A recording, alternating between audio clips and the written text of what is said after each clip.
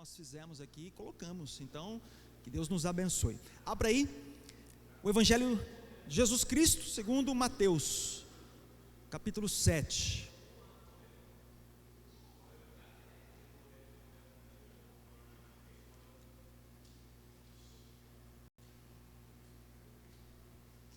Vamos lá? O verso 13 e 14. Diz assim o texto, eu vou ler para vocês, nós não vamos projetar, ok? Então é importante você trazer a sua Bíblia, ok? Traga a sua Bíblia. Eu vou ler hoje na versão NTLH, ok? É a nova tradução na linguagem de hoje. Normalmente eu leio na NVI, mas a NTLH tem uma tradução interessante para esse ponto que eu quero tratar aqui com vocês. Então talvez fique um pouquinho diferente, eu sempre leio na NVI, mas acompanha aí, ok? Vamos lá, o verso 13 e o 14 diz: entrem pela porta estreita, porque a porta larga e o caminho fácil levam para o inferno, e há muitas pessoas que andam por esse caminho. A porta estreita e o caminho difícil levam para a vida, e poucas pessoas encontram esse caminho. Talvez a sua versão está um pouquinho diferente, né? Mas eu quis ler nessa versão aqui porque ela usa uma tradução interessante, por exemplo, como caminho fácil. Talvez na sua está diferente aí. E ela usa também o caminho difícil. Eu vou ler mais uma vez, como é um texto bem curto, ele vai nos servir de base para o que nós vamos tratar hoje. Entrem pela porta estreita, porque a porta larga e o caminho fácil levam para o inferno, e há muitas pessoas que andam por este caminho. A porta estreita e o caminho difícil levam para a vida, e poucas pessoas encontram esse caminho. Bom, o tema dessa pregação, dá para colocar aí, Raul? Tema? Colocar? Vai dar para colocar ou não? O tema dessa mensagem hoje chama-se mudança. Mudança. Hoje eu quero falar um pouquinho com vocês sobre mudar. Eu vou fazer uma introdução aqui, logicamente para te fazer a pensar, mas a mudança é pessoal, é espiritual, é sobre nós, ok? É individual, é uma mensagem individual, e nós temos que sair daqui com uma mudança em mente. Então a mensagem hoje chama-se mudança. Mudança, por isso que eu iniciei falando com vocês hoje sobre mudança, por isso que eu iniciei e propus você a falar com o próximo, para o seu amigo do lado, para o seu irmão, a falar sobre mudança, porque essa é a mensagem de hoje. O fato é que nós estamos em constante mudança. O ser humano é um ser em constante mudança, seja natural, basta olhar um pequenino, como um bebê que está ali ao fundo, o filho da Kathleen e do Lucas, como o mais idoso aqui, ou o mais velho. Então uma mudança natural do corpo, nós crescemos naturalmente, ou seja, uma mudança também espiritual. Há uma mudança espiritual a acontecer em nós, basta você olhar desde o primeiro conhecer seu com Cristo, as primeiras palavras que você ouviu falar de Cristo, há um tempo e um momento de maturidade que você está, ou seja, uma mudança na sua vida. Algumas mudanças são bem-vindas e outras nem tanto, mas o fato é que todas elas são fundamentais para a nossa vida. A mudança, ela sempre traz algo novo, alguns momentos de desconforto, outros de alegria, de surpresa. Quando nós mudamos de casa, gera um transtorno geral aqui. Eu creio que todos aqui já mudaram de casa alguma vez. Todos aqui, né? Mudou de casa alguma vez, não é?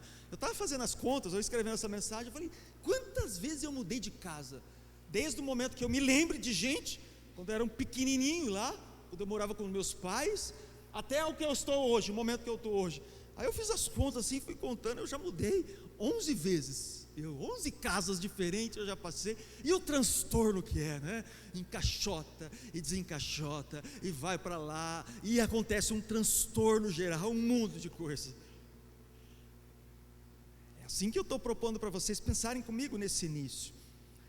Só que essa mensagem, ela só vai fazer sentido para você a partir do momento que você entendê-la racionalmente e praticá-la. Porque veja bem, irmãos, venha conectando comigo, e você precisa ter o seu coração conectado aqui. Se você ficar preocupado com outras coisas, com cantina, com o que está lá fora, ou o que aconteceu, você não vai entender nada. Você vai sair igual, entende? É preciso ter racionalidade, descer para o coração e praticar.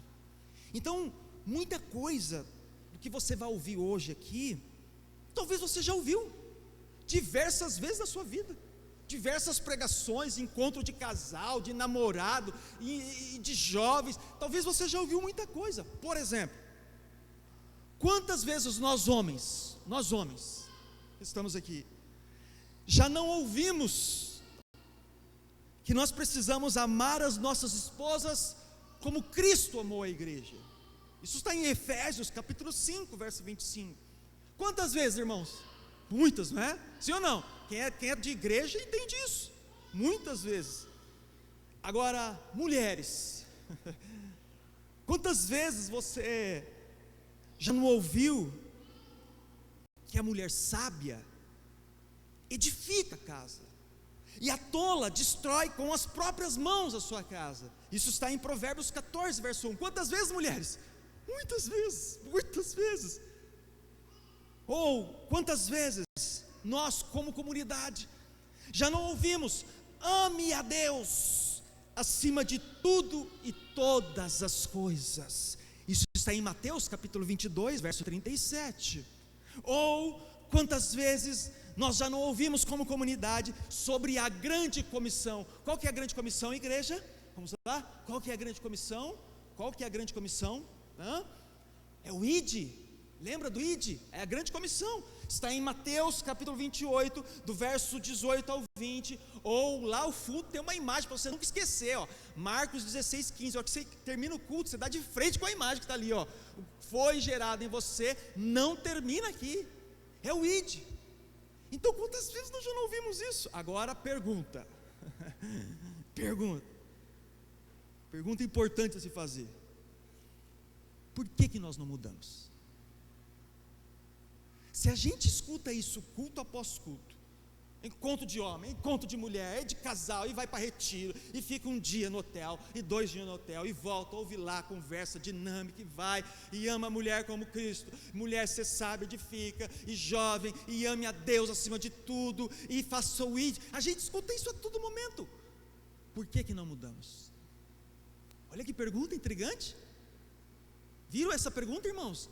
Como que nós temos que pensar sobre isso? Por que eu não amo então a minha esposa como Cristo amou a igreja? Por que eu não edifico a minha casa e na verdade parece que eu luto para destruí-la? Por que eu não amo a Deus acima de tudo? Na verdade parece que eu troco Ele por qualquer outra coisa. Ou por que eu não consigo fazer o ID? Passa ano, entra ano, e eu não me preocupo com ninguém, eu não evangelizo ninguém, eu não participo de nada, eu não cresço, eu não mudo. Por que, igreja? Por quê? Se a pregação hoje está falando sobre mudança, e isso tem que chacoalhar a nossa forma de ser, de pensar, por quê? O fato é que existe um inimigo que nos impede de viver a mudança. Ah, pastor, sabia, constava com minhas astúcias, é um inimigo, né? É um mal, eu sabia que era ele. Menos, sabe qual que chama o inimigo? O inimigo faz assim, ó, sou eu mesmo. Sou eu, o inimigo sou eu mesmo. Sabe por que nós não mudamos? Porque sou eu mesmo. O inimigo chama-se nós, somos nós. A mudança está sendo proposta dia após dia, e nós terceirizamos um monte de coisa. A culpa é do presidente, a culpa agora é do prefeito que mudou, a culpa é do pastor que não visitou, a culpa é do marido, da esposa, do filho, das faltas de oportunidade. Ei, a mudança passa a todo momento você ouve uma nova mensagem, um sopro novo, um apontamento dos céus. Então a grande situação da não mudança chama-se nós. Chama-se nós. Então, o Evangelho, irmãos, o Evangelho, a boa notícia, essa mensagem que está aí, o Evangelho é um grande convite à mudança. É um convite gigantesco para você mudar, para nós mudarmos, mudar a sociedade, mudar o bairro que eu estou, mudar a minha família, o meu casamento, o local de trabalho. É um convite à mudança. Sal, pitadinhas de sal e feixes de luz dos céus, que somos nós, temos que causar essa mudança no ambiente que estamos. O Evangelho é um grande convite à mudança. Quer ver? Eu vou trazer alguns textos bíblicos de cabeça. Venham a mim, todos que estão cansados e sobrecarregados. É um convite para uma mudança, para um tempo de alegria. Então você que está cansado, sobrecarregado, venham até Ele. É uma mudança para um tempo de alegria, de força.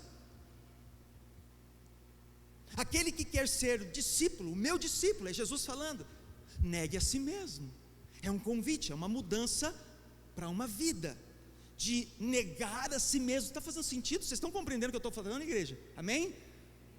Aquele que ouve a palavra e a pratica é como um homem que construiu a sua casa sobre a rocha. É a mudança para praticar o que se ouve. Aquele que nunca pecou, que atire a primeira pedra. É um convite para uma mudança, para viver o amor, o perdão. Jesus falou: lancem as redes em águas mais profundas. É uma mudança para viver a fé. Quando Jesus fala: siga-me e eu farei de vocês pescadores de homens, é uma mudança para uma nova vida, caminhada e pautada em propósito. Vocês conseguem entender como o Evangelho é um convite constante à mudança, igreja? Constante à mudança, constante. Esse texto básico que nós estamos lendo, você está com a Bíblia aberta aí? Fica com a Bíblia aberta, vai. O texto básico que nós lemos, ele fala de dois caminhos. Ou seja, uma mudança que precisa acontecer. É um caminho que leva para a vida, e o outro que leva para onde? A morte. Para o inferno, está na minha tradução aqui. Porém, ele deixa claro como que cada um é desses caminhos. Quer ver? Vamos ler novamente. Ele deixa claro cada um desses caminhos, né? Mateus 7, o verso 13 e 14. Entrem pela porta estreita, porque olha o caminho, um primeiro caminho, que é a porta larga. Esse caminho que é fácil e que leva para o inferno. E há muitas pessoas que andam por esse caminho. Presta atenção nisso. Olha o segundo caminho, qual que é? O verso 14, que é uma porta estreita e é um caminho difícil. E esse caminho ele leva para a vida. E poucas pessoas encontram esse caminho. Então, o caminho mais fácil, presta atenção nisso que nós vamos conectar aqui para entrar em alguns pontos importantes. O caminho mais fácil significa caminho para o inferno. Vocês conseguem entender isso? A proporção da vida que nós temos que viver e como caminhar. E o caminho mais difícil significa um caminho para a vida. Para a vida. Ou seja, já estabelecemos algumas verdades. Que a vida é difícil, irmão. Viver é difícil, sim ou não? Viver é difícil. Porque morrer é fácil, não é? Morrer é fácil, é só você ficar parado. Fica parado e vai morrer. Porque, presta atenção, nesse ponto que a gente está aqui, para a gente conectar em algumas coisas. Se eu pegar o caminho mais fácil na alimentação, eu vou morrer. Porque ter uma vida de saúde é difícil, sim ou não? Fala aí quem está lutando com a saúde, com o peso, com o diabetes, com o colesterol e o coração. É assim ou não é? O caminho mais difícil, você precisa ter saúde. Agora pega um litrão de coca lá e pizza, sabe o que vai acontecer? Vai morrer. É mais fácil eu acordar cedo e ir para uma academia, ou é mais fácil eu ficar esparramado no sofá com o controle na mão? Vocês conseguem entender isso? Não é questão de saúde? caminho da morte é mais fácil. Na verdade, para ter esse caminho da morte, basta ficar parado. Essa é a ideia, basta ficar parado. E esse texto que nós lemos em Mateus é um convite a uma mudança. É o convite a uma mudança de vida, irmãos. Uma mudança de caminho, em que você estava caminhando para este caminho de morte. Você estava indo para esse caminho de morte segundo Romanos 3:23, amém, igreja? Então nós estávamos neste caminho de morte. A proposta do Evangelho é uma mudança de rota, é um novo caminho, é um caminho estreito, é uma porta estreita, é um caminho difícil. Essa é a proposta, muda, porque esse mais fácil, de porta larga, gera morte. Então há uma mudança sendo proposta aqui. Agora, perguntas que nós vamos tentar responder ao longo do culto. O que acontece? O que eu descubro? O que eu aprendo? Qual a grande mudança que eu tenho que ter na vida? Essas são as perguntas que nós vamos tentar responder, amém? Então vamos começar um pouquinho mais profundo. Abra em Gênesis capítulo 12, vamos ler um texto agora, e a gente vai variar. Estou fazendo uma pregação textual com vocês, eu vou ler alguns textos aqui, e nós vamos ver alguns pontos e refletir. Abra em Gênesis capítulo 12, apenas o versículo 1.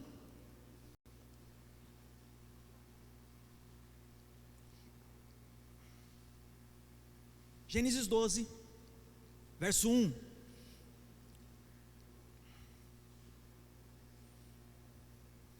Se você não conseguiu achar Gênesis, talvez você precise de uma mudança, de compreender a Bíblia. Gênesis 12, facinho, né? Primeiro livro da Bíblia, vai lá. O verso 1, apenas 1, diz assim: Então o Senhor disse a Abrão. Eu estou certo lendo, irmãos? Porque minha Bíblia aqui está sem o... Estou certo? Eu estou lendo uma Bíblia digital aqui, está sem o meu... Então o Senhor disse a Abrão: saia da tua terra, do meio dos seus parentes e da casa de seu pai, e vá para a terra que eu lhe mostrarei. Olha que interessante. Esse texto ele é intrigante. É um chamado, é um convite a uma mudança gigante na vida. É um homem chamado até então de Abrão. Ele não era o Abraão, até então ele era Abrão apenas, né? Deus não tinha modificado o nome dele. E este Abrão, ele recebe uma mudança para um lugar, presta atenção, para um lugar que ele não sabia onde era. Deus só falou: saia aí do meio do seu povo. O pai dele já tinha morrido. Ele estava ali com o irmão dele, com as cunhadas, com o sobrinho dele Ló, estava tudo ali, a galera, o clã deles, né? Eles viviam em clãs, né? Em tendas, né? Nômades. Então, eles estavam saindo lá de Ur dos Caldeus. Se você vê o finalzinho do capítulo 11, se não me engano, mostra um pouquinho isso. E aí eles saem lá de Ur dos Caldeus e começam a caminhar. E de repente o pai deles, Terá, morre, pai de Abrão. E aí o Senhor fala com ele: sai do meio desse povo todo aí, sai, que eu vou te levar para uma terra. Agora ele não sabia que lugar era, ele não sabia onde era. Quem está lá? Peraí, eu vou para uma terra, quem está lá? Tem gente, não tem? Tem rio, tem árvore, chove, não chove, eu vou plantar, tem... Como que funciona? Eu não sabia. O que ia acontecer? Apesar do texto continuar, e se você ler os outros versos do capítulo 12, Deus dá uma orientação para ele, que vai abençoar ele, e tal, mas o que vai acontecer? Beleza, Deus vai me abençoar, e aí, Senhor, que mais? O que acontece nesse período todo aí? Essa para mim são as perguntas que eu faço para o texto, que talvez Abrão estava perguntando. Quando isso iria acontecer? Como isso ia acontecer? E aí aqui nós vamos refletir um pouquinho nessa mudança proposta. E eu quero trazer um primeiro ponto para vocês. Pegue papel, caneta, se você gosta de anotar. Tem muita coisa que nós falamos só aqui no texto, né? Aqui no culto, que o Senhor fala, e para você refletir durante a semana, para você postar, falar com alguém, evangelizar alguém. Então, primeiro ponto, coloca aí, Raul, primeiro ponto: primeiro ponto, primeira reflexão, que nessa mudança, nós estamos falando sobre mudança, amém? Nessa mudança, você vai descobrir algumas coisas, e a primeira coisa que você vai descobrir, que na mudança, descobrimos coisas que não servem mais. Nessa mudança, você descobrirá coisas que não servem mais, que não servem. Quem aqui, eu quis colocar essa imagem aqui para ficar bem ilustrativa, né? Quem aqui, quando foi limpar algo, organizar, foi mudar de casa, encontrou um monte de coisa que você nunca usou, né? E serve para quê? Quem nunca? Não fala a verdade, gente, todo mundo, né? Meus pais que já mudaram bastante, né? Quem aqui já mudou bastante? Não é assim? Aí você vai abrir lá a gaveta, pois, o que é isso? Nem sabia que tinha isso aqui, um monte de coisa. É nessa mudança, você descobre coisas que não servem mais, Sabe o que isso quer dizer, irmãos? Vamos tirar dessa parte agora e trazer para o espiritual e para a prática da vida. Sabe, nas mudanças, nós descobrimos que aquela forma de ser que eu tinha, ela não serve mais. A mudança que o Senhor está propondo para você, de uma nova vida, um novo pensamento, uma nova atitude, um novo caráter, uma nova forma de enxergar o mundo, política, sociedade, família, servidão, amor, tudo a sua vida começa a ser modificada pelo sangue do Cordeiro. Então nessa mudança, que eu estou falando espiritual, começa a trazer para a sua vida, entrar a sua vida na pregação, sai dessa imagem ilustrativa, mas entra na sua vida. Nessa mudança que o Evangelho está propondo, nós descobrimos que aquela forma nossa de ser que eu tinha, ela não serve mais. Aquela forma de agir, ela não serve mais. Aquela mesa que eu sentava, eu não sento mais. Aquela conduta, aquela vontade, aquela personalidade, ela é modificada. É como algumas coisas que você começa a encontrar numa mudança de uma casa, monte de coisas que você não serve mais para nada. Essa é a proposta do Evangelho, essa é a proposta. Sabe, irmãos, na mudança nós descobrimos que existem pessoas que são passageiras nas nossas vidas, e está tudo bem sobre isso, não é sobre ser do demônio, mal, ruim, não, é só passageiro. Existem pessoas, quem aqui já viu aquelas casas, aquelas construções, quando está fazendo a laje, coloca aquelas toras de, acho que é eucalipto, sei lá o que é aquilo lá, sabe? Quando faz fazer a laje, coloca um monte daquelas toras. Existem pessoas que talvez, essas pessoas são para a sua vida, que está apoiando, não são as colunas de sustentação, mas está apenas dando apoio. Talvez você é alguém, é apenas um sustento ali, um apoio na vida de alguém, e está tudo bem que nessas mudanças, seja geográfica, de igreja, ministério, mudança de família, uma mudança de cidade, de trabalho, existem pessoas que são passageiras na sua vida, e está tudo bem, já não fará mais parte. Nas mudanças, irmãos, nós somos levados ao desapego, sim ou não? Você pega a sua casa lá, você tira aquele monte de roupa que você fala, eu preciso desapegar disso. Esse sapato, esse pessoal está criando sujeira, pó, eu preciso desapegar a isso, desapegar. Existem certas coisas na nossa vida, até dentro de igreja, o ministério às vezes está sendo mais importante que um coração diante do reino.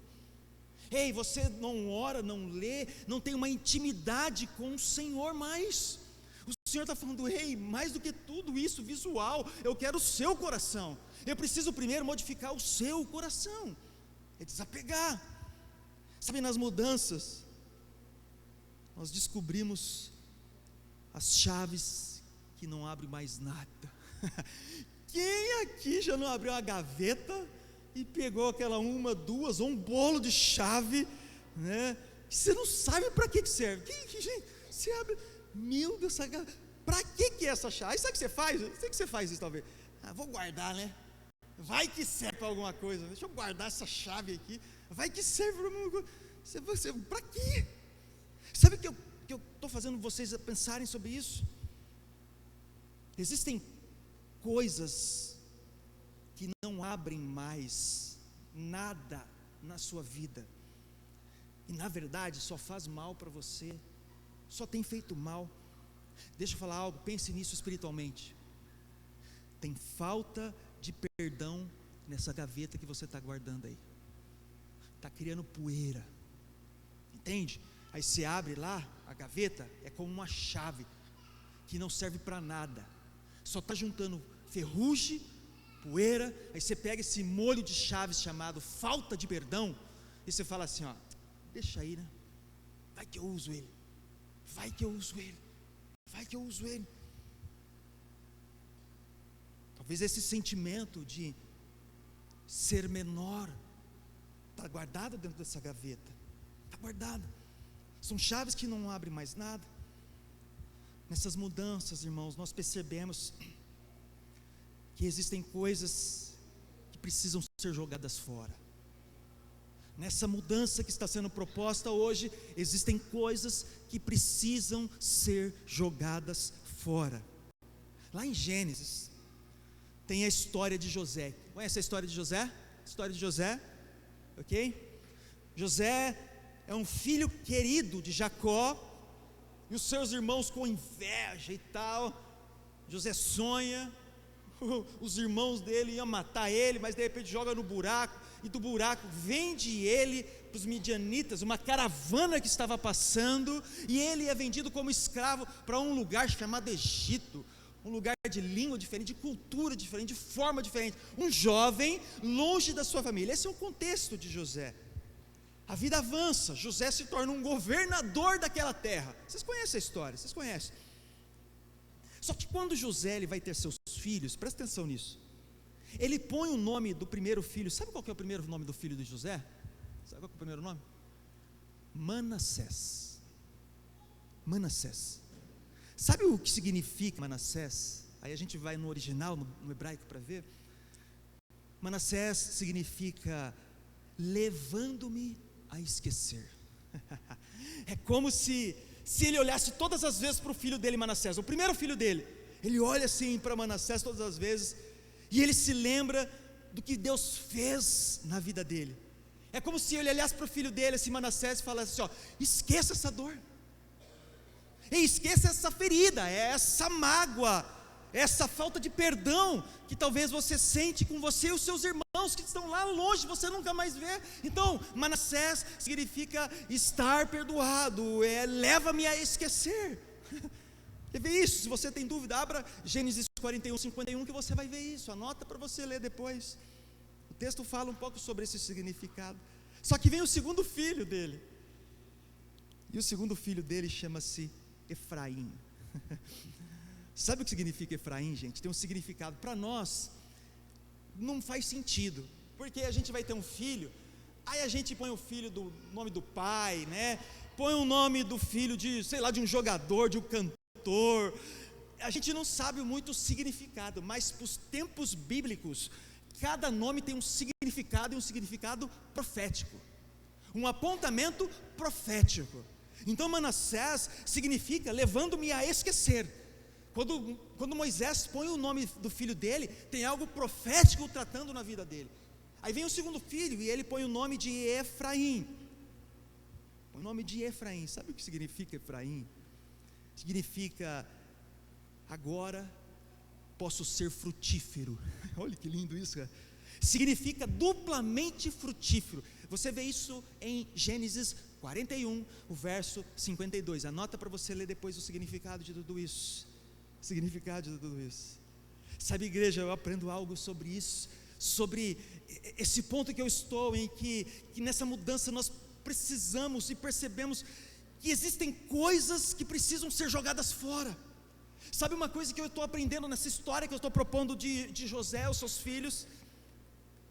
Nós só podemos frutificar, igreja, quando um Manassés nascer. Nós só podemos frutificar quando um Manassés nascer. Quando você, eu, nós entendermos e aplicar e praticar. Eu jogo fora essa falta de perdão. Eu jogo fora essa ingratidão, este rancor que eu tenho dentro de mim. E aí Manassés precisa nascer. Sabe por quê? Você fala assim: puxa, eu quero frutificar tanto, frutifica em mim, Senhor, me abençoa, faz o ministério prosperar. Eu quero pregar, eu quero.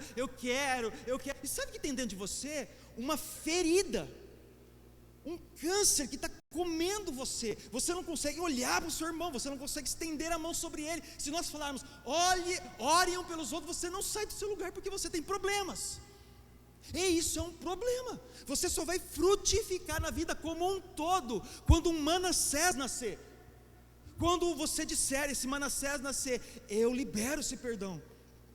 É isso que Manassés diz. Então não tem como o Efraim, sabe o Efraim que significa? Frutífero. Frutífero. Nós queremos o fruto, o crescimento, a abundância, mas nós não queremos que um Manassés aconteça. Então não tem como o Efraim vir antes, se você não for curado antes.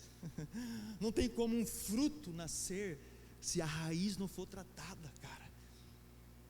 Se você for machucado, você produzirá pessoas machucadas ao seu redor. Faz sentido isso, igreja? Faz sentido?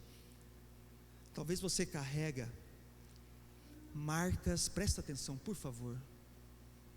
Talvez você carrega marcas no seu relacionamento, e no seu relacionamento que você está hoje, de coisas que você viveu no passado. E sabe o que está acontecendo? Você está reproduzindo exatamente igual o que aconteceu no passado. Era briga? É briga. É problema? É problema. É falta de amor? É falta de amor. É cada um para um lado, cada um para um lado. É o seu dinheiro, é o meu dinheiro, é o seu dinheiro, é o meu dinheiro, cada um para um lado. Você reproduz exatamente igual.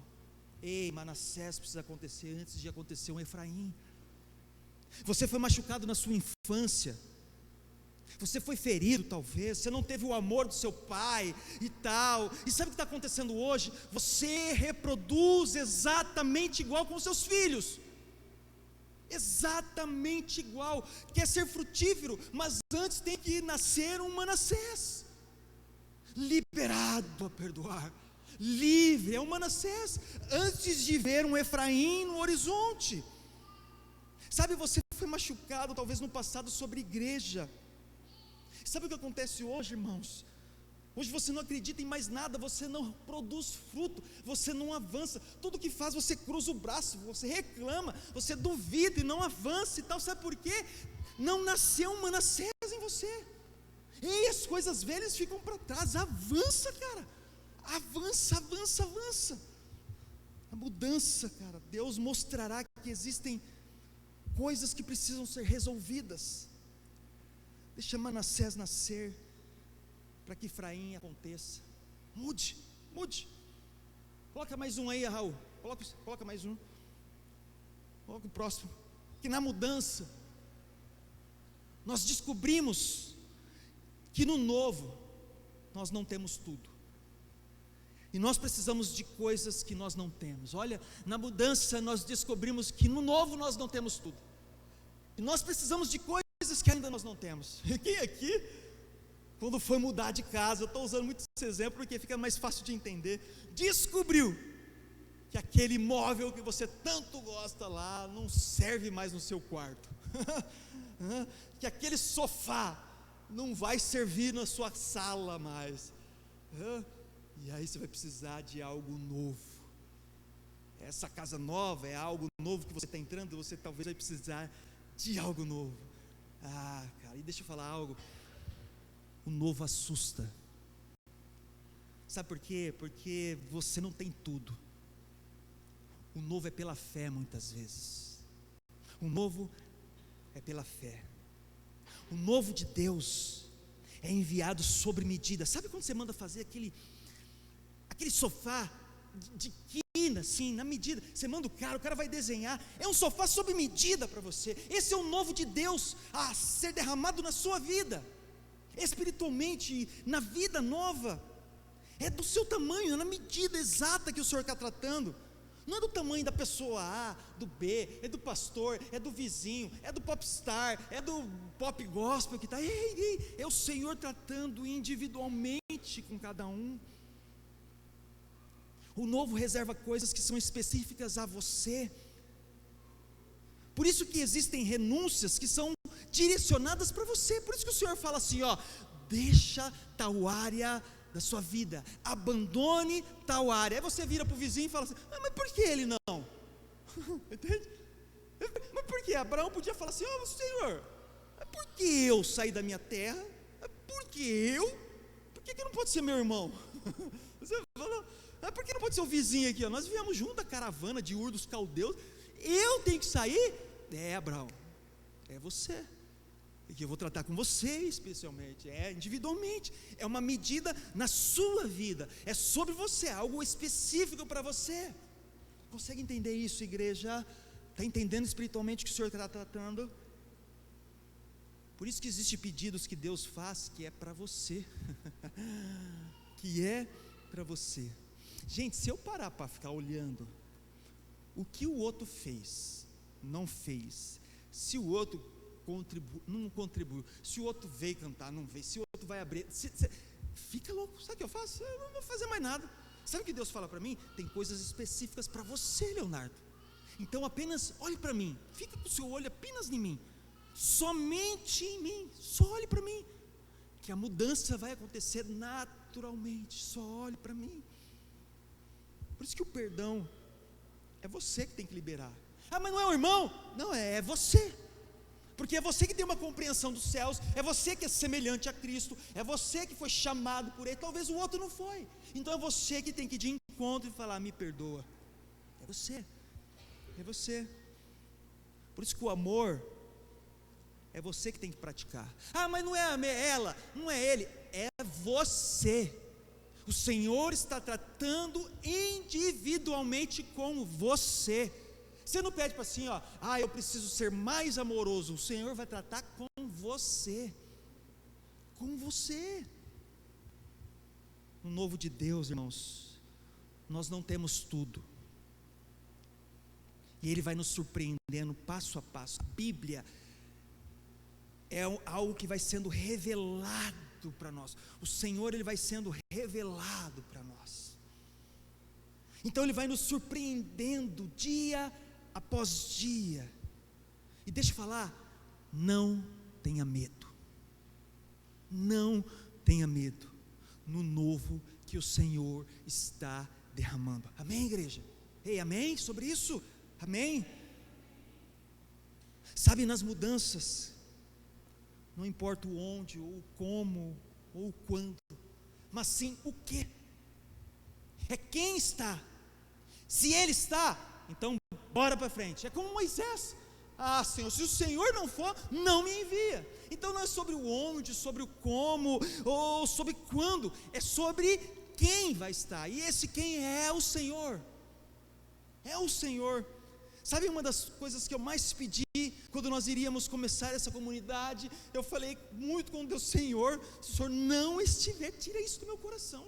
Não faz sentido uma pessoa em sã consciência iniciar uma igreja, não, vai servir numa comunidade, se é cheio de talentos, o Senhor está contigo, vai lá, ajude um pastor, não faz sentido. Aí eu fiz com ele, Senhor, se o Senhor não estiver, não me envia. O novo de Deus é a mudança que o Senhor propõe para nós, a mudança, igreja, a mudança. Coloca o outro aí, Raul, coloca o próximo. Que na mudança nós descobrimos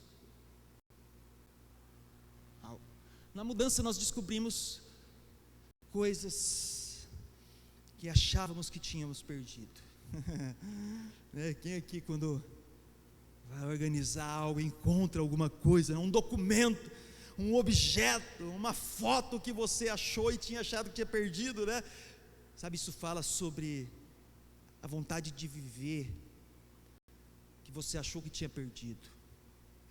O Senhor quer derramar uma mudança na nossa geração, na geração daqueles que estão ouvindo a voz, estão sendo chamados por Ele, estão sendo tocados por Ele. Ele está derramando algo, e você talvez achou que tinha perdido. Eu perdi a vontade de viver, o que eu desejo é apenas a morte.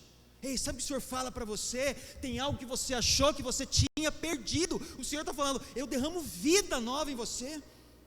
Vida nova. Se você quer tomar posse disso, diz: amém, Senhor, eu tomo posse disso, eu quero isso para mim. É um sonho que ficou engavetado.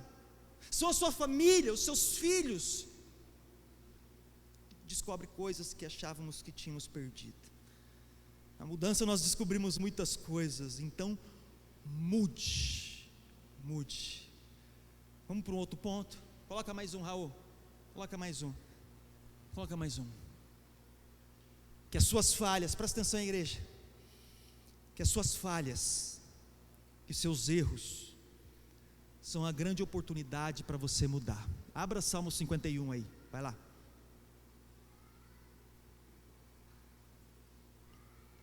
Suas falhas e erros são a grande oportunidade para a mudança. Salmo 51, vamos ler ele inteiro? Aperta o cinto da fé aí. A gente tem muito assunto para tratar ainda, tá? Vamos lá? Salmo 51, acompanha aí que nós não vamos projetar. Leia na sua Bíblia. Tem misericórdia de mim, ó Deus, por teu amor, por tua grande compaixão. Apaga as minhas transgressões, lava-me de toda a minha culpa e purifica-me do meu pecado, pois eu mesmo reconheço as minhas transgressões e o meu pecado sempre me persegue.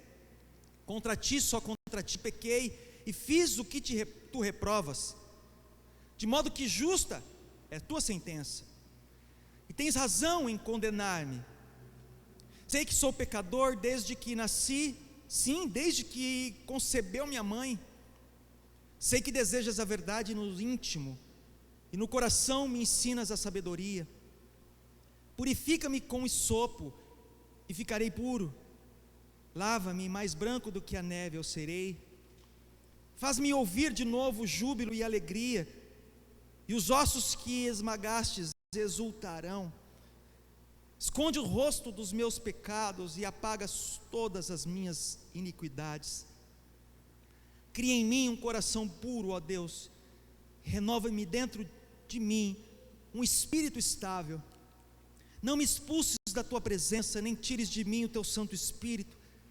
Devolva-me a alegria da tua salvação e sustenta-me com um espírito pronto a obedecer. Aleluia. E então ensinarei os teus caminhos aos transgressores, para que os pecadores se voltem para ti. Livra-me da culpa dos crimes de sangue, ó Deus, Deus da minha salvação. E a minha língua aclamará a tua justiça. Ó Senhor, dá palavras aos meus lábios, e a minha boca anunciará o teu louvor. Não te deleitas em sacrifícios, nem te agradas em holocaustos, senão eu os traria. Os sacrifícios que agradam a Deus são um espírito quebrantado, um coração quebrantado e contrito. Ó Deus, não desprezarás. E por tua bondade fazes Sião prosperar, ergue os muros de Jerusalém, e então te agradarás dos sacrifícios sinceros, das ofertas queimadas e dos holocaustos, e novilhos serão oferecidos no teu altar. As suas falhas e erros são a grande oportunidade para uma mudança. Esse salmo, ele mostra um homem arrependido, um homem mudado, um homem transformado por um erro gigante. É Davi clamando por misericórdia, se arrependendo, pedindo um coração novo, depois de um adultério, de um assassinato. Ele clama por mudança. Esse é o salmo. Depois que o profeta chega diante dele e traz uma palavra profética sobre ele, ele escreve essa canção. Sabe, igreja, eu, Leonardo, sou hoje um pastor melhor, e cada vez vou melhorando, porque eu já errei bastante, e errar é humano, é uma frase dita que tem uma verdade, significa que todos que estão aqui, com exceção dos mentirosos, já erraram, O erro, irmãos, é um recado dizendo que você pode melhorar, é um recado dizendo que você pode mudar a estratégia, que você pode aprender, que você pode ter um cuidado diferente com o que aconteceu. O erro te proporciona uma mudança. Errou, ótimo. Se você aprender, você será melhor. Se você não aprender, você será apenas, sabe o quê? Um chorão e reclamão, e vai ficar reclamando da vida e de tudo e tal. Aprenda e mude. Erro te tira da zona do conforto, e zona de conforto é aquilo que me deixa satisfeito, igreja, sabe, feliz. A zona de conforto é aquilo que estraga o seu desafio, sabe? Tem uma frase muito legal, eu não sei de quem é, diz o seguinte: ostra feliz não desenvolve pérola. Ostra feliz não desenvolve pérola. Sabe, zona de conforto me faz repetir. Sabe, você entra na zona de conforto, você não muda. Eu passo a não querer fazer as coisas certas com entusiasmo. Você entra em uma zona de conforto, você não deseja fazer coisas certas mais com entusiasmo. Um casamento que entra na zona de conforto não avança, não busca entusiasmo. Um ministério que acomoda, está na zona de conforto, não avança. Um pregador que acomoda, um cristão que acomoda, não ora mais, não lê, não coloca-se à disposição, não serve. E sabe o que acontece? Acomoda e começa a reclamar dos que estão fazendo ainda. Começa a reclamar. Tudo o que te agrada te engana, grava isso, tá? Tudo que te seduz, te deixa confortável e te conduz a uma mediocridade, sabe, a mediano. Quanto mais você tiver desafios, mais você responderá a esses desafios. Tem uma frase muito bacana que diz que mudar é difícil, não mudar é fatal. Eu amo isso. Tem um pastor que diz que não são os anos que nos amadurecem, mas são os danos que nós sofremos. Deixa eu fazer umas perguntas para você. Talvez você está viajando aí, tá? Mas o que você tem feito com o seu passado que te atormenta? Você aprendeu algo? Você recebeu o perdão de Deus? Vive uma nova vida? Ou está acorrentado nos prazeres, na angústia, nas dores que já te fizeram sofrer? O que você está fazendo com o presente que você tem hoje? Presente, a vida hoje, presente, que vai influenciar o seu futuro. Você virou as costas para o reino, o seu coração não queima mais. Ei, que tal mudar? Que tal uma mudança, igreja? Que tal uma mudança? Uma igreja que muda, uma sociedade é mudada. O que você tem feito com as experiências de outros ministérios e outras funções e outras igrejas que você já passou? Será que não é um tempo de mudança? Será que não é um tempo de conhecer, de amar e de servir? Você está fazendo com o seu relacionamento atual? Será que não é possível viver uma forma feliz, unido? Jesus nos convida para uma mudança. E eu quero tratar um terceiro ponto com vocês. Projeta aí, Raul. Projeta aí.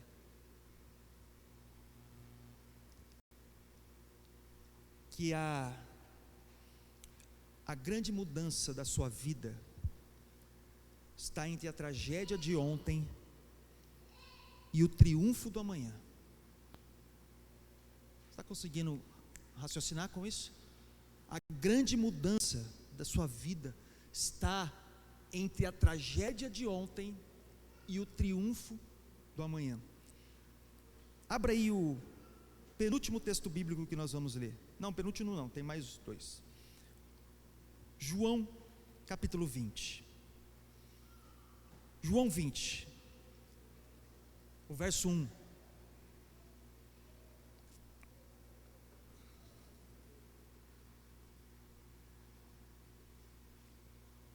João 20, verso 1 diz,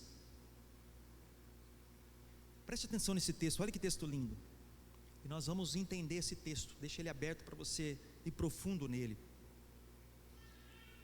No primeiro dia da semana, bem cedo, estando ainda escuro, Maria Madalena chegou ao sepulcro e viu que a pedra da entrada tinha sido removida. Verso 2: então correu ao encontro de Simão Pedro e do outro discípulo, aquele quem Jesus amava, e disse: tiraram o Senhor do sepulcro e não sabemos onde colocaram.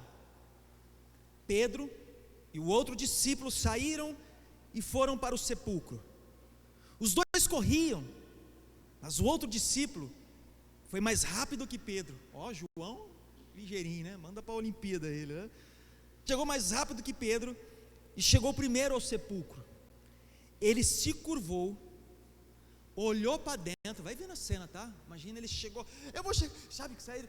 Maria Madalena chega diante deles, fala: o sepulcro está aberto. Pedro e João saem correndo, os dois. João chega primeiro, se curva diante do sepulcro, é o que nós estamos aqui, tá? É o que nós estamos aqui. Ele se curvou, verso 5, e olhou para dentro, viu as faixas de linho ali, mas não entrou.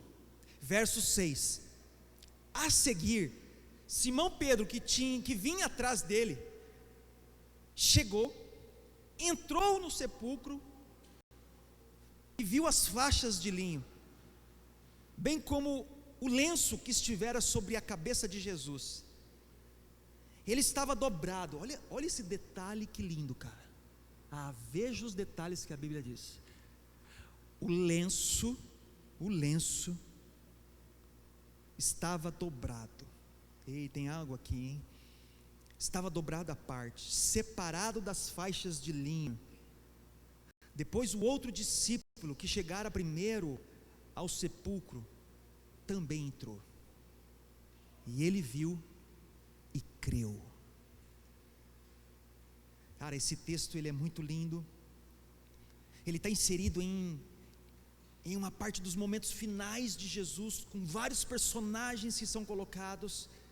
Mas eu quero dar uma atenção aqui a João, o apóstolo amado, o amigo de Jesus, aquele que foi o último dos apóstolos que caminhou com Jesus, que morreu, o discípulo do amor, aquele a quem a Bíblia se refere como aquele a quem Jesus o amava. E nesses momentos finais aqui, João esteve com Jesus o tempo todo, nessas cenas finais até a morte. João esteve com Jesus o tempo todo. João esteve com Jesus no Getsêmani, quando Jesus chama apenas os 3 para orarem. João estava com Jesus na caminhada da cruz, no túmulo, aos pés da cruz, quando Jesus olha lá de cima e fala: aí está sua mãe, aí está seu filho. Ele fala, e Jesus estava lá. E é interessante olhar essa história e ver e perceber como as coisas mudança, rápido demais. Porque 3 anos antes, João dera as costas para a sua carreira profissional, para seguir o carpinteiro de Nazaré, faça chuva ou faça sol. E no início daquela semana, na crucificação, João havia participado de um desfile. Foi quando Jesus e os seus discípulos entraram em Jerusalém, e o povo que o chamava de rei, no domingo, quando eles entraram, passou a pedir a sua morte na sexta-feira. E João está em meio a essa tragédia que eu estou falando, mas sem saber o triunfo do amanhã, de uma manhã gloriosa de ressurreição, João aguarda pela principal mudança em sua vida. E aí a pergunta para nós é, igreja, a pergunta para nós é: o que nós fazemos quando a tragédia chega? O que nós fazemos quando a tragédia chega? Entre a sexta-feira da perseguição, da morte, da crucificação, do sangue, e o domingo glorioso, entre esse momento, existe o sábado. E o que nós fazemos? E o que nós fazemos? Saiba de algo, igreja, saiba de algo. A grande mudança da sua vida está entre a tragédia de ontem e o triunfo do amanhã. Leia o verso 7 comigo novamente. O verso 7 diz: bem como o lençol que estivera sobre a cabeça de Jesus, ele estava dobrado à parte, separado das faixas de linho. Imagina a cena, cara, um lençol dobradinho ali à parte. E aí depois o outro discípulo que chegara primeiro ao sepulcro também entrou. Ele viu e creu. A igreja, para João foi entrar em um túmulo e ver o lençol, a mortalha. Sabe o que é mortalha? Mortalha é aquela roupa, é o lençol, é aquilo que é envolto no morto, no defunto.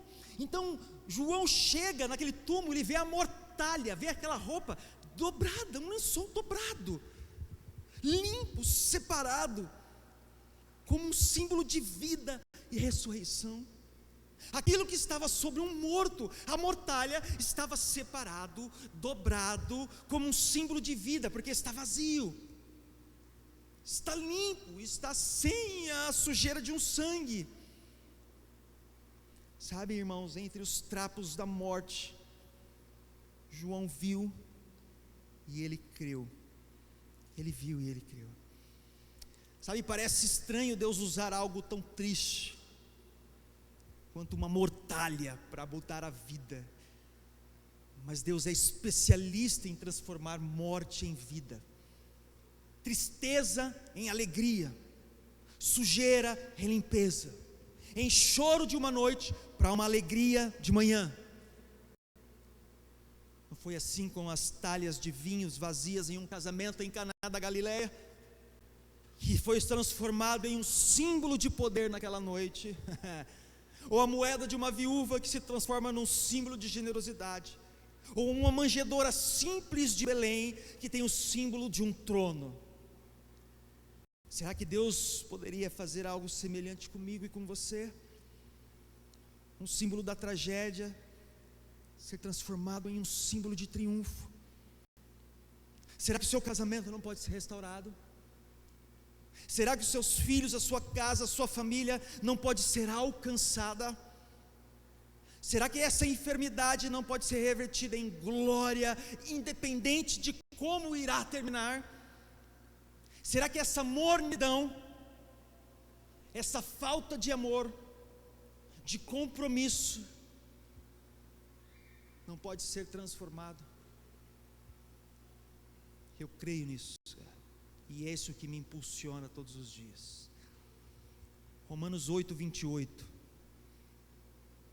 diz: sabemos que Deus age em todas as coisas para o bem daqueles que o amam.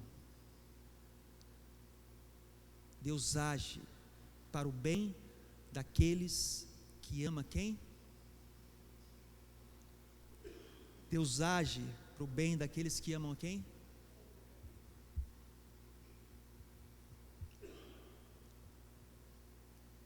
Em um leito de hospital, Deus age para o bem. Em meio a uma tragédia familiar, Deus age para o bem. Em meio a um cumprimento de uma pena, Deus age para o bem. Sabe, igreja, se Deus pode mudar a vida de João por meio de uma tragédia, seria possível Ele usar uma para mudar a minha e a sua também. E por mais difícil que isso seja, né, acreditar nisso, Talvez você esteja vivendo num sábado, né? Entre a tragédia de um ontem e uma manhã e um dia glorioso. Talvez nós estamos nesse período de sem saber para onde ir, o que acontecer, o que é o amanhã. Eu só vejo uma tragédia, talvez muitas dúvidas, o choro, o medo bate a porta. Sabe que existe uma manhã e a mudança está logo aí. Então descanse nele, creia e mude. Para a gente finalizar, Filipenses capítulo 3, o verso 3 em diante.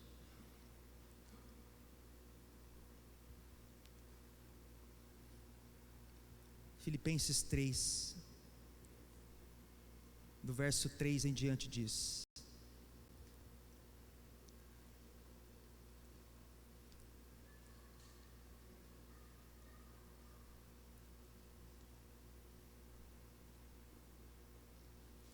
o texto diz: pois nós é que somos a circuncisão,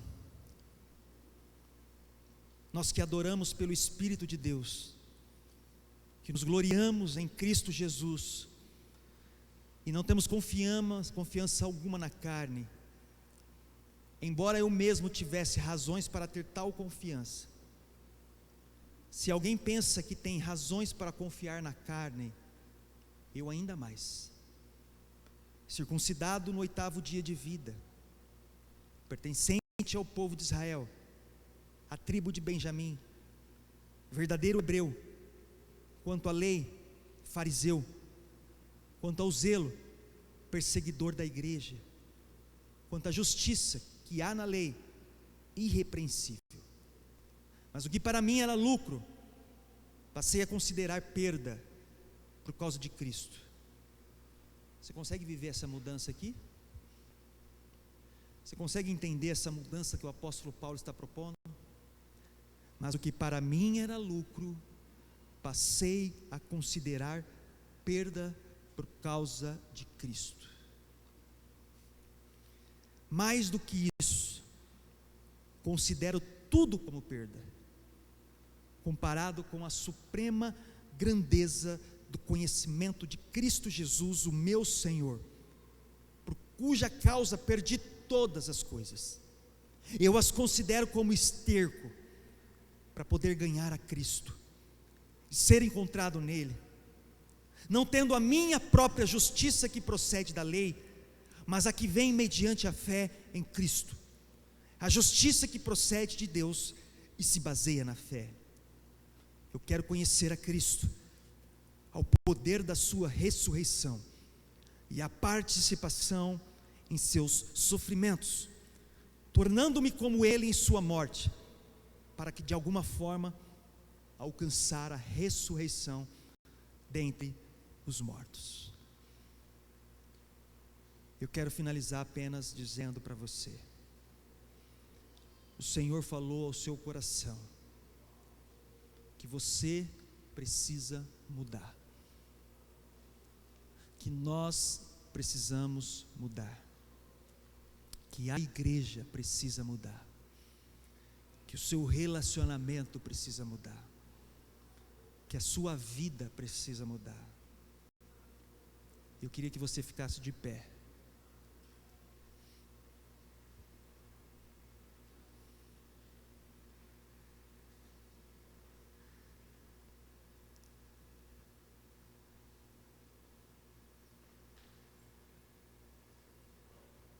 E você pudesse orar comigo agora. Você deseja uma mudança, se você reconhece que está distante, está tão distante, queria que você fechasse seus olhos como um sinal de conexão com os céus, sem fundo musical, sem gatilhos emocionais, sem canções, sem nada disso. É um tempo seu e Deus agora. Você sabe o quão essa palavra foi providencial. E por ela ter sido tão providencial, e uma palavra que choca e gera mudança, talvez a sua carne lutou totalmente o contrário. Talvez deu sono em você nessa noite.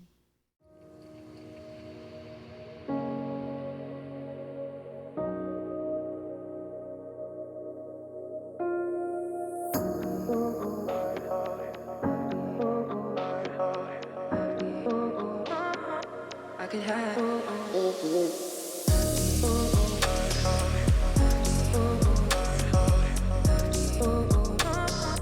I could have.